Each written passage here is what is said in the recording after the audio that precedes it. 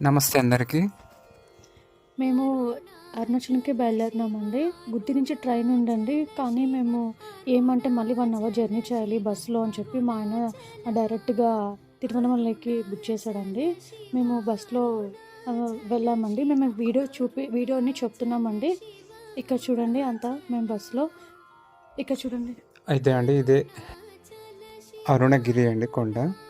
ఇది రాజగోపురం. ఇక్కడి నుంచి మేము గిరి ప్రదక్షిణ మొదలుపెట్టామండి. ఫస్ట్ ఇంద్రలింగం,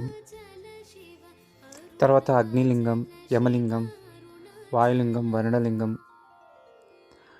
ఈశాన్యలింగం, కుబేరలింగం, ఇవన్నీ అష్టలింగాలండి ఇక్కడ చూసుకోవాల్సినవి. చివరిది నైరుతి లింగం అండి. అక్కడి నుంచి మనం దర్శనం పోవాలి. మొదటిసారి పోయినప్పుడు కంపల్సరీ గిరి ప్రదక్షిణ చేసుకుని దర్శనం పోవాలి. ఇక్కడ ముఖ్యమైన ఏమిటంటే అండి, గుడి దర్శనం తర్వాత స్టార్ గేట్ అని ఉంటుందండి మెయిన్ టెంపుల్ వెనకాలే. అది అరుణగిరి నాదర్ మండపం అంటారు. అది చాలా అరుదు అండి, చాలామంది మర్చిపోతారు. బట్ మాకు చెప్పారు కంపల్సరీ అక్కడికి వెళ్ళినప్పుడు చూడండి స్టార్ గేట్. ఆ స్టార్ గేట్ గురించి అక్కడి నుంచి ఆది అన్నామలై గుడికి దారి ఉందండి, రహస్య ద్వారం ఉంది.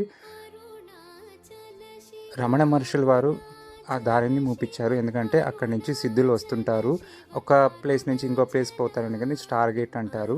అది మీకు వీడియో చివరని చూపిస్తానండి. అరుణగిరి నాదర్ మీకు ఎక్కడ దొరకరండి, ఒక్కడ మాత్రమే అక్కడ స్పెసిఫిక్గా ఆయన దర్శనం ఇస్తారు. ఆ ఫోటో కూడా మీకు పెట్టాను. వెళ్ళినప్పుడు కంపల్సరీ ఆ మండపం చూసి ఆ స్టార్ గేట్ని దర్శించుకోండి. ఈ టెంపుల్ లోపల కోనేరండి, చాలా పెద్ద కోనేరు. గుడి నుంచి దర్శనం అయిన తర్వాత ఈ వృక్షం వస్తుందండి. ఇక్కడ ఈ చెట్టు పైన అష్టసిద్ధులు ఉంటారండి, ఏదో ఒక రూపంలో ఉంటారు. మేము వెళ్ళినప్పుడు అంటే మాకైతే ఇక్కడ దిగువ చూడండి బల్లి ఉంది కదా, ఈ రూపంలో కనపడ్డారు. మాకు ఇద్దరు కనపడ్డారండి. ఇదిగోండి అరుణగిరి నాదర్. పార్ట్ 2లో ఇంకా అప్లోడ్ చేస్తాము.